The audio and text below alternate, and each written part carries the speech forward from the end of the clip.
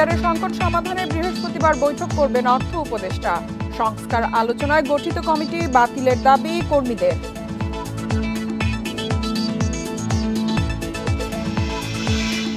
মূল্যস্ফীতি ৫% নামিয়ে আনার লক্ষ্য বাংলাদেশ ব্যাংকের। ডিজিটাল সেবা গুগল পে উদ্বোধন করে জানালেন গভর্নর।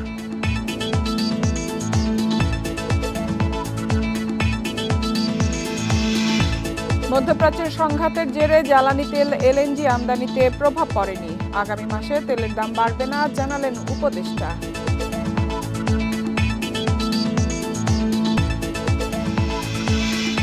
একনেকে ৯,০০০ কোটি টাকার ১৭ প্রকল্প অনুমোদন। ৭ বিভাগীয় শহরে হবে মাদকাসক্তি চিকিৎসা ও পুনর্বাসন কেন্দ্র। সবাইকে আমন্ত্রণ অর্থনীতি সারাদিনে আপনাদের সাথে আছি ইফাতারা। শুনছিলেন শিরোনাম, এবারে জানাবো বিস্তারিত। রাজস্ব খাত নিয়ে সংস্কার আলোচনায় গঠিত কমিটি বাতিলের দাবি জানিয়েছে এনবিআর সংস্কার ঐক্য পরিষদ। মঙ্গলবার কলম বিরতি শেষে সংবাদ সম্মেলনে তারা হুঁশিয়ারি দিয়ে জানায়, এনবিআর চেয়ারম্যানকে অপারেশন করা না হলে ২৮ জুন কমপ্লিট শাটডাউন পালন করা হবে। এদিকে সংকট নিরসনে আগামী ২৬ জুন বৈঠক ডেকেছেন অর্থ উপদেষ্টা, যেখানে ঐক্য পরিষদের ৬ জন প্রতিনিধির অন্তর্ভুক্তি চেয়েছে রাজস্ব সংস্কার কমিটি। জাতীয় রাজস্ব বোর্ড এনবিআরকে বিলুপ্ত করে অধ্যাদেশ জারির পর থেকেই এনবিআর সংস্কার ঐক্য পরিষদের ব্যানারে নানা কর্মসূচি পালন করে আসছেন কর্মীরা। সবশেষ রাজস্ব বোর্ড সংস্কারে গঠন করা কমিটির গ্রহণযোগ্যতা নিয়ে প্রশ্ন তুলে আবারও কলম বিরতি পালন করছেন তারা। দ্বিতীয় দিনে ৫ ঘণ্টার কলম বিরতি ও অবস্থান কর্মসূচি শেষে সংবাদ সম্মেলনে এনবিআর সংস্কার ঐক্য পরিষদ জানায়, এনবিআর নিয়ে জারি করা অধ্যাদেশের প্রয়োজনীয় সংশোধনে গঠিত কমিটিকে বাতিল চান তারা। পাশাপাশি এনবিআর চেয়ারম্যানকে ২৭ তারিখের মধ্যে অপসারণের আলটিমেটামও দেয় ঐক্য পরিষদ। ৬ সদস্যের একটি কমিটি করেছে, যেখানে সংস্কার ঐক্য পরিষদের কোনো প্রতিনিধি নাই, যারা এই আন্দোলনকে তৈরি করেছে, জন্ম দিয়ে গিয়েছে, এগিয়ে নিয়ে গেছে। ২৮ জুন ২০২৫ খ্রিস্টাব্দ তারিখ থেকে কর, কাস্টমস ও ভ্যাট বিভাগের সকল দপ্তরে লাগাতার কমপ্লিট শাটডাউন চলবে। এদিকে এনবিআরে চলমান সংকটের মধ্যে আগামী বৃহস্পতিবার বিকেলে বৈঠক ডেকেছেন অর্থ উপদেষ্টা ডক্টর সালেউদ্দিন আহমেদ। রাজস্ব বোর্ড এবং কর, কাস্টমস ও ভ্যাট ক্যাডার প্রতিনিধিদের সাথে এ বৈঠক হবে, যেখানে অংশ নেয়ার জন্য এনবিআর সংস্কার ঐক্য পরিষদের ৬ জন প্রতিনিধির মনোনয়ন চেয়েছে রাজস্ব সংস্কার কমিটি। এ বিষয়ে জানতে চাইলে পরিষদের সভাপতি বলেন, ঐক্য পরিষদ আনুষ্ঠানিকভাবে এ ধরনের কোনো চিঠি পায়নি, তবে বৈঠকে যোগ দেওয়ার বিষয়ে আলোচনা করে সিদ্ধান্ত নেওয়া হবে। আমাদেরকে কোনো আহ্বান জানায় নাই, আহ্বান জানিয়েছেন চেয়ারম্যান মহোদয়কে। তো এই বিষয়টা আমাদের কাছে কোনো অফিসিয়ালি কিছু আসে নাই। চেয়ারম্যান মহোদয় যেখানে অপসারণ চাই সেখানে চেয়ারম্যান মহোদয়কে বললে তো আসলে হবে না, আমাদেরকে বলতে হবে। আগামী ২৫ ও ২৬ জুন ঢাকা ও ঢাকার বাইরে সব শুল্ক কর ও ভ্যাট অফিসে ১২টা থেকে ৫টা পর্যন্ত অবস্থান ও কলম বিরতি কর্মসূচি পালন করবেন তারা। আওতামুক্ত থাকবে আন্তর্জাতিক যাত্রী সেবা ও রপ্তানি কার্যক্রম। তৌহিদ রানা, ইন্ডিপেন্ডেন্ট নিউজ, ঢাকা। দুর্নীতি ও অনিয়মে কোনো সরকার সহযোগিতা করলে ব্যাংকিং খাত ঘুরে দাঁড়ানো সম্ভব হবে না বলে মন্তব্য করেছেন বাংলাদেশ ব্যাংকের গভর্নর আহসান এইচ মনসুর। মঙ্গলবার রাজধানীতে ডিজিটাল পেমেন্ট সেবা গুগল পের উদ্বোধনী অনুষ্ঠানে একথা বলেন গভর্নর। এ সময় তিনি জানান, মূল্যস্ফীতি ৫% নামিয়ে আনতে কাজ করছে বাংলাদেশ ব্যাংক। নিরাপদ ও দ্রুত অর্থনৈতিক লেনদেনের মাধ্যম হিসেবে বিশ্বজুড়ে ব্যবহার হচ্ছে ডিজিটাল ওয়ালেট। এবার দেশে প্রথমবারের মতো মাস্টার ও ভিসা কার্ডের সহযোগিতায় সিটিব্যাংক চালু করল গুগলের ডিজিটাল সেবা গুগল পে। এতে স্মার্টফোনের মাধ্যমে সহজেই দেশ বিদেশে লেনদেন করা যাবে। উদ্বোধনী অনুষ্ঠানে বাংলাদেশ ব্যাংকের গভর্নর বলেন, ডিজিটাল লেনদেনের ব্যবহার বাড়লে স্বচ্ছতা নিশ্চিত হবে। এতে আর্থিক অন্তর্ভুক্তি নিশ্চিতের পাশাপাশি নগদ অর্থ লেনদেনবিহীন সমাজ গড়ে ওঠে। এ সময় গভর্নর বলেন, ব্যাংকিং খাতকে কোনোভাবেই আগের অবস্থায় ফিরে যেতে দেয়া হবে না। আর্থিক কাঠামো গড়ে তুলতে চাচ্ছি, যেটা আরও স্থায়ী হবে। একই সাথে অবশ্যই আমরা অন্যদিকে গুড গভর্নেন্সের চেষ্টা করছি। আপনারা জানেন, ব্যাংকিং খাতে আমরা শৃঙ্খলা ফিরিয়ে আনার জন্য ক্লাসিফিকেশন রুল কমপ্লিটলি চেঞ্জ করে দেওয়া হয়েছে। এটা ইন্টারন্যাশনাল স্ট্যান্ডার্ডে আমরা নিয়ে গেছি। আমরা সামনে IFRS 9 করতে যাচ্ছি, যেটা আমাদের অ্যাকাউন্টিং সিস্টেমটাকে মডার্নাইজ করবে। এ এ সময় মূল্যস্ফীতি 5% নামিয়ে আনা হবে বলে জানান গভর্নর।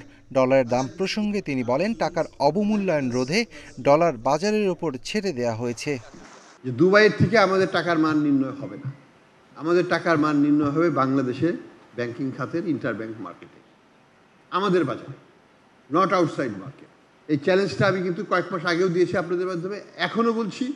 এখন আর অবশ্য তাদের সুযোগ কমে গেছে, হয়তো আর পারবে না, কিন্তু আমরা যদি আবার বিশৃঙ্খলা সৃষ্টি করি সুযোগ দেবে। এ সময় দুর্নীতিমুক্ত সমাজ করতে বাংলাদেশকে সহযোগিতা করা হবে বলে আশ্বাস দেন মার্কিন দূতাবাসের ভারপ্রাপ্ত রাষ্ট্রদূত। Shafil Alam Sujan, independent news, Dhaka. এদিকে ব্যাংক খাতে নানা সংস্কারের পর কমেছে লুটপাট। রাজনৈতিক প্রভাব খাটিয়ে ঋণ নেওয়ার প্রবণতাও তেমন নেই। এতে গ্রাহকের আস্থা ফিরতে শুরু করেছে বলে জানান কর্মকর্তারা। তবে গেল আওয়ামী লীগ সরকারের সময় দেয়া নিয়মে বহির্ভূত ঋণগুলোই এখন ব্যাংকের বড় ক্ষত বলে জানান তারা। বিশ্লেষকরা বলছেন, সংস্কারের সুফল পেতে হলে আইনের প্রয়োগের পাশাপাশি কঠোর হতে হবে বাংলাদেশ ব্যাংকে। গেল সরকারের অনিয়ম, লুটপাট, নামে বেনামে ঋণ ও হাজার কোটি টাকা পাচারের কারণে ভেঙে পড়ে ব্যাংক খাত। অন্তর্বর্তী সরকার আসার পর ব্যাংক খাত পুনরুদ্ধারে নেওয়া হয় নানা সংস্কার কার্যক্রম। লুটপাটের শিকার ও অব্যবস্থাপনার কারণে 14টি ব্যাংকের পরিচালনা পর্ষদ ভেঙে দেয় বাংলাদেশ ব্যাংক। তবে এখনও দুর্বল 6টি ব্যাংক ঘুরে দাঁড়াতে পারেনি। নানা পদক্ষেপের পর সংকটে থাকা ব্যাংকগুলোতে গ্রাহকের আস্থা ফিরতে শুরু করেছে, যদিও দুর্দশা কাটেনি পুরোপুরি। খেলাপি ঋণ আদায়ে ও নতুন করে আমানত সংগ্রহে ব্যাংকগুলো নানা উদ্যোগ নিলেও ধরাছোঁয়ার বাইরে রয়ে গেছেন অর্থ আত্মসাতের সাথে জড়িত গ্রাহক ও ব্যাংক কর্মকর্তারা।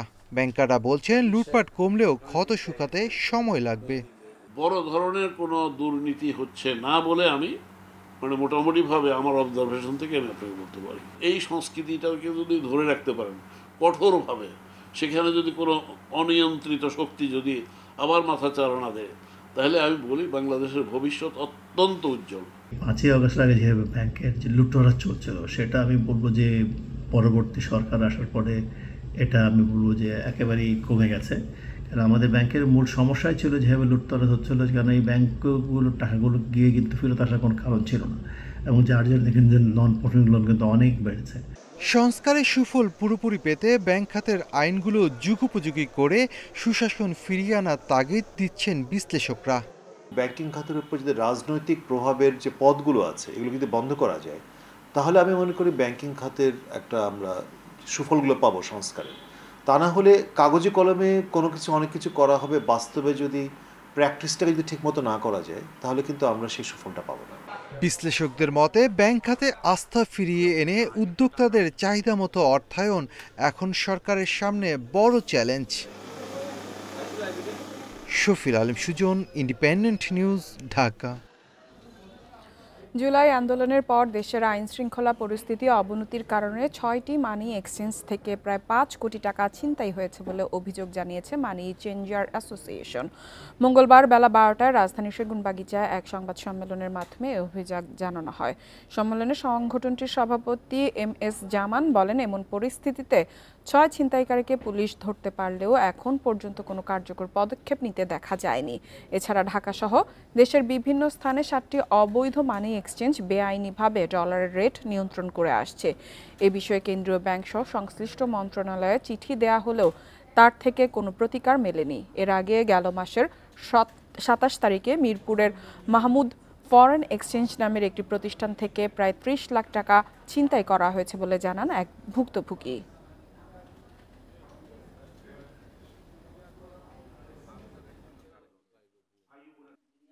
আমরা তো এ ব্যাপারে পদক্ষেপ নিয়েছি, আমরা সেন্ট্রাল ব্যাংকে চিঠি দিয়েছি, তাদেরকেও চিঠি দিয়েছি, ল অ্যান্ড এনফোর্সমেন্টে চিঠি দেওয়া হয়েছে, সেন্ট্রাল ব্যাংকে চিঠি দেওয়া হয়েছে, সরকারের উচ্চ পর্যায়ে আপনার আইজিপি, পুলিশের হেডকোয়ার্টার আইজিপি বরাবর চিঠি দেওয়া হয়েছে। আমরা প্রত্যেকটা জায়গায় জানিয়েছি, কিন্তু অদ্যাবধি আমরা তার কোনো প্রতিকার পাইনি। ইরান ইসরায়েল সংঘাতের জেরে জ্বালানি তেল ও এলএনজি আমদানিতে কোনো প্রভাব পড়েনি, তাই আগামী মাসে জ্বালানি তেলের দাম বাড়ার কোনো সম্ভাবনা নেই বলে জানিয়েছেন জ্বালানি উপদেষ্টা ফজল কবির খান। মঙ্গলবার রাজধানীর বিদ্যুৎ ভবনে এক অনুষ্ঠান শেষে সাংবাদিকদের উপদেষ্টা একথা বলেন। এর আগে জালালাবাদ গ্যাস ও লাফার্জ হোলসিম বাংলাদেশের সঙ্গে গ্যাস বিক্রি একটি চুক্তি সই হয়। চুক্তির আওতায় লাফার্জ তার ক্যাপটিভ বিদ্যুৎ উৎপাদনে 16 MMCFD গ্যাস পাবে। এ সময় বাংলাদেশে নিযুক্ত ইইউ রাষ্ট্রদূত মাইকেল মিলার জানান, 2030 সালের মধ্যে 20% নবায়নযোগ্য বিদ্যুৎ উৎপাদনের লক্ষ্যে বাংলাদেশে 1.3 বিলিয়ন ইউরো বিনিয়োগ করবে ইইউভুক্ত কয়েকটি দেশ।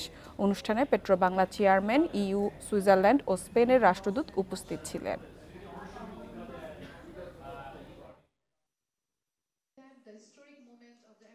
পিপিসির একটা জাহাজ আসছে অলরেডি, এটা তো ওই জন্য যদি যুদ্ধ দীর্ঘস্থায়ী না হয় তাহলে আমরা মনে হয় যে এটা কোনো ইয়ে হবে না। জ্বালানি তেলের ব্যাপারে আমাদের একটা কুশন আছে, তো আমরা ওই কুশনের মধ্যে আমরা যেটা বেসিক্যালি যেটা হচ্ছে যে আমরা বিপিসির যে প্রফিট সেটা থেকে কিছুটা ইয়ে করবো আর কি, যদি ইয়ে হয়। কিন্তু আমরা সাবসিডিও বাড়াবো না এবং তেলের দামও ইনশাআল্লাহ বাড়াবো না। চলতি অর্থ বছর শেষে একনেক বৈঠকে 8,974 কোটি টাকার 17 প্রকল্প অনুমোদন দেওয়া হয়েছে। মঙ্গলবার পরিকল্পনা কমিশনের এনইসি সম্মেলন কক্ষে প্রধান উপদেষ্টার সভাপতিত্বে অনুষ্ঠিত একনেক সভায় এ অনুমোদন দেওয়া হয়। সভা শেষে এক বিজ্ঞপ্তিতে এ তথ্য জানিয়েছে পরিকল্পনা মন্ত্রণালয়। বৈঠকে অনুমোদিত উল্লেখযোগ্য প্রকল্পগুলোর মধ্যে রয়েছে উপজেলা স্বাস্থ্য কমপ্লেক্স সম্প্রসারণ, বিভাগীয় শহরগুলোতে মাদকাসক্ত নিরাময় ও পুনর্বাসন কেন্দ্র স্থাপন, 4টি নতুন মেরিন একাডেমিতে নৌ প্রশিক্ষণ সুবিধা স্থাপন, রোহিঙ্গা ও স্থানীয় জনগোষ্ঠীর জীবনমান উন্নয়ন কার্যক্রম। এসব প্রকল্প বাস্তবায়নের মাধ্যমে স্বাস্থ্য, শিক্ষা, অবকাঠামো, তথ্য প্রযুক্তি সহ বিভিন্ন খাতে বড় ধরনের অগ্রগতি প্রত্যাশা করছে সরকার। রক্ষণাবেক্ষণের প্রয়োজন হবে না এমন আইপিএস বাজারে নিয়ে এসেছে দেশের অন্যতম শিল্প প্রতিষ্ঠান রহিম আফরোজ। শনিবার রাজধানীর একটি হোটেলে এক অনুষ্ঠানে এর উদ্বোধন করা হয়। অনুষ্ঠানে লিথিয়াম ব্যাটারি সহ সোলার হাইব্রিড আইপিএস এর বিভিন্ন বৈশিষ্ট্য সম্পর্কে জানানো হয় এবং নতুন বছরের কৌশল নিয়ে আলোচনা করা হয়।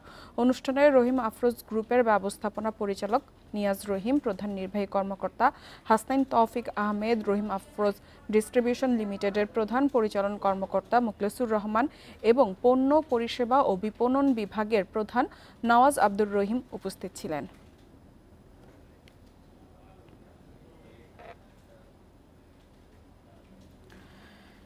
দেশে প্রথমবারের মতো সম্পূর্ণ স্থানীয়ভাবে হোস্টকৃত টিয়ার 4 ক্লাউড প্ল্যাটফর্ম চালু করল এক্সেন্টেক পিএলসি। সকালে রবির তেজগাঁও কার্যালয়ে প্ল্যাটফর্মটি চালু করার ঘোষণা দেয় রবি আজিয়াটা পিএলসির সহযোগী প্রতিষ্ঠানটি।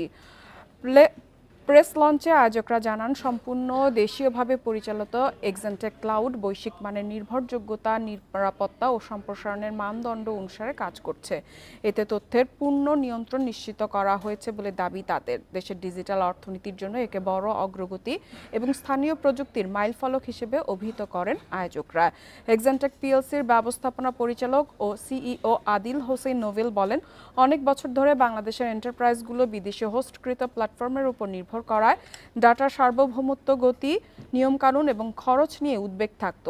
সেসব চ্যালেঞ্জ সমাধানের লক্ষ্যে এক্সেন্টেক ক্লাউডের যাত্রা, যা আগামী দশকে দেশের অর্থনৈতিক প্রবৃদ্ধিতে সহায়তা করবে। ক্লাউড সার্ভিস ইন্টারন্যাশনাল কোম্পানিগুলোকে হেল্প করবে অন প্রেম সাপোর্ট দেওয়ার জন্য। তো সেখান থেকে আসলে যাত্রা চিন্তা করা আজকে এক্সেন্টেক ক্লাউডের লঞ্চ হচ্ছে। সো এই দুইটা জিনিস আমাদের ফোকাস এরিয়াতে ছিল। কোনো ইন্টারন্যাশনাল কোম্পানি যখন ইভেন ব্যাংকিং সেক্টর হোক, অন্য সেক্টর হোক, দেশে বসে কাজ করবে, বাংলাদেশে বসে, তার ডেটা কিন্তু বাংলাদেশের মধ্যেই রাখতে হবে। সো আজকে এক্সেন্টেক ক্লাউড সেটা এনশিওর করছে প্রত্যেকটা ইন্ডাস্ট্রিকে, প্রত্যেকটা কোম্পানি। আন্তর্জাতিক মুদ্রা তহবিল আইএমএফ এর 470 কোটি মার্কিন ডলারের ঋণ কর্মসূচি থেকে 2 কিস্তিতে আরও 130 কোটি ডলার একসঙ্গে পাচ্ছে বাংলাদেশ। 26 জুন বৃহস্পতিবার বাংলাদেশের হিসেবে অর্থ জমা হবে। যুক্তরাষ্ট্রের ওয়াশিংটনে আইএমএফ এর প্রধান কার্যালয়ে বাংলাদেশ সময়ে রাতে সংস্থাটির নির্বাহী পরিষদের বৈঠকে ঋণের অর্থ ছাড়ের বিষয়টি অনুমোদন হয়। 2023 সালের 31 জানুয়ারি বাংলাদেশের জন্য 3.5 বছর মেয়াদী 470 কোটি ডলারের ঋণ প্রস্তাব অনুমোদন করে আইএমএফ। সে বছর 2 ফেব্রুয়ারি প্রথম কিস্তির 47 কোটি 63 লাখ ডলার পায় বাংলাদেশ। পরে মোট 3 কিস্তিতে 231 কোটি ডলার দেয় আইএমএফ। এবার আরও $130 কোটি ঋণের প্রস্তাব অনুমোদিত হওয়ায় বাকি থাকবে $129 কোটি, যা পাওয়া যাবে আরও 2 কিস্তিতে। এদিকে ঋণের অর্থ পেলে রিজার্ভে ইতিবাচক প্রভাব পড়বে বলে মত সংশ্লিষ্টদের।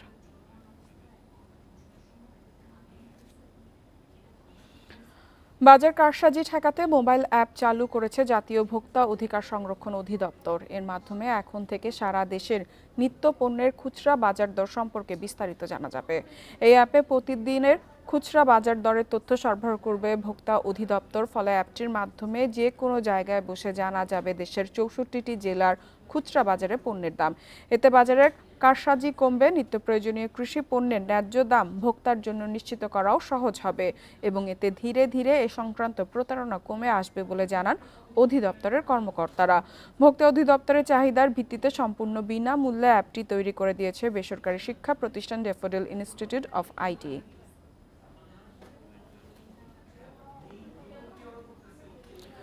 রামপাল বিদ্যুৎ কেন্দ্রে গুরুত্বপূর্ণ সব পদে ভারতীয়রা দখল রাখায় চরম বৈষম্যের অভিযোগ বাংলাদেশি প্রকৌশলীদের। পলিসি অনুযায়ী ক্রমান্বয়ে ভারতীয়দের সংখ্যা কমার কথা, কিন্তু তা না মেনে প্রতি মাসে 15 থেকে 17 লাখ টাকার মতো বেতন ভাতা পাচ্ছেন তারা। অথচ বাংলাদেশিরা সর্বসাকুল্যে পান 1 লাখ টাকার মতো। এ নিয়ে এক রিটের শুনানি করে রুল জারি করেছেন বিচারপতি আকরাম হোসেন ও বিচারপতি ফয়েজ আহমেদের হাইকোর্ট বেঞ্চ। বাংলাদেশ ভারত যৌথ অর্থায়নে বাগেরহাটের রামপালে নির্মিত 1320 মেগাওয়াটের কয়লা ভিত্তিক বিদ্যুৎ কেন্দ্র। 2023 সালে চালু হওয়া এই বিদ্যুৎ কেন্দ্রে ভারতীয়দের বিপরীতে ব্যাপক আর্থিক ও পদ বৈষম্য নিয়ে অভিযোগ বাংলাদেশি চাকরিজীবীদের। এতদিন এ নিয়ে কথা বলতে না পারলেও সম্প্রতি দেশীয় চাকরিজীবীরা ইমেইল করে সুপ্রিম কোর্টের এক আইনজীবীকে এসব জানালে জনস্বার্থে রিট করেন তিনি। রিটের শুনানি শেষে ওই আইনজীবী জানান, বিদ্যুৎ কেন্দ্রটির ভারতীয় 51 জন কর্মকর্তা প্রতি মাসে গড়ে বেতন ও বিভিন্ন ভাতা বাবদ 15 থেকে 18 লাখ টাকা করে পান। অথচ বাংলাদেশি প্রকৌশলীরা সর্বসাকুল্যে সর্বোচ্চ 1 লাখ টাকার মতো পেয়ে থাকেন। এছাড়া ভারতীয়দের বেতন ভাতার একটা বড় অংশ মার্কিন ডলারে পরিশোধ করায় প্রতি বছর $2 মিলিয়ন বেশি ব্যয় হচ্ছে, যা রিজার্ভের উপর চাপ বাড়াচ্ছে। একই কোম্পানিতে একজন ইন্ডিয়ান এমপ্লয়ি পাচ্ছেন 23 থেকে 25 লাখ, একজন বাংলাদেশ এমপ্লয়ি পাচ্ছেন 1 লাখের নিচে। তো এই যে ডিসক্রিমিনেশনটা, এটা হিউজভাবে তাদেরকে অ্যাফেক্ট করছে, যেটার কোনো কারণ নেই বলে তারা মনে করছেন। এছাড়াও তারা অ্যালিগেশন করেছেন যে বাংলাদেশের এমপ্লয়ি যে রিক্রুটমেন্ট হচ্ছে, এখানে তারা রিলিজিয়াস ডিসক্রিমিনেশনের অ্যালিগেশন করেছেন। রিটে অভিযোগ করা হয়, কোম্পানির নীতিমালা অনুযায়ী ভারতীয় কর্মকর্তার সংখ্যা ক্রমান্বয়ে কমে 10 জনের মতো থাকার কথা থাকলেও এখনও ঊর্ধ্বতন সকল পদ দখল করে আছে ভারতীয় 51 কর্মকর্তা। আমাদের যেই এমপ্লয়িরা, তারা কোনো অংশে শিক্ষাগত যোগ্যতায় কোনো অংশেই কম না তাদের থেকে, কারণ তারা বুয়েটের স্টুডেন্ট, ঢাকা ইউনিভার্সিটি বা বিভিন্ন ইঞ্জিনিয়ারিং টেকনোলজি সব ভালো ভালো ইউনিভার্সিটিগুলো থেকে ভালো মেধাবী স্টুডেন্টরাই সেখানে এমপ্লয়ি হিসাবে আছে। তারা কখনো মুখ খুলে নেয় চাকরির বয়স।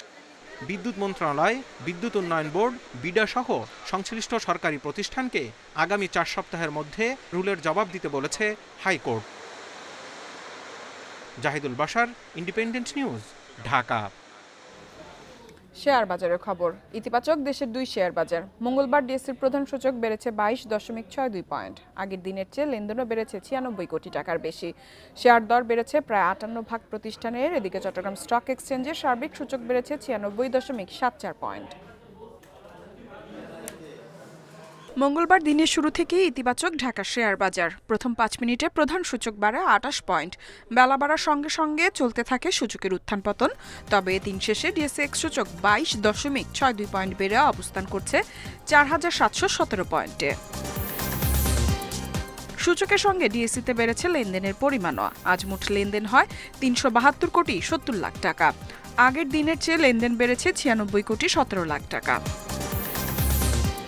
হাত বদলে অংশ নেয় 401টি কোম্পানি ও মিউচুয়াল ফান্ডের মধ্যে দর বেড়েছে 236টি প্রতিষ্ঠানের শেয়ারের, কমেছে 92টির, অপরিবর্তিত রয়েছে 73টি প্রতিষ্ঠানের শেয়ারের দর। সবচেয়ে বেশি লেনদেন হয় প্রতিষ্ঠানের তালিকায় প্রথম লাভেলো, দ্বিতীয় বিচ হ্যাচারি, তৃতীয় অবস্থানে স্কয়ার ফার্মাসিউটিক্যালস। শতাংশের দিক থেকে দর বৃদ্ধির তালিকায় প্রথম ইন্দো বাংলা ফার্মাসিউটিক্যালস, দ্বিতীয় ইয়াকিন পলিমার, তৃতীয় অবস্থানে সাফকো স্পিনিং।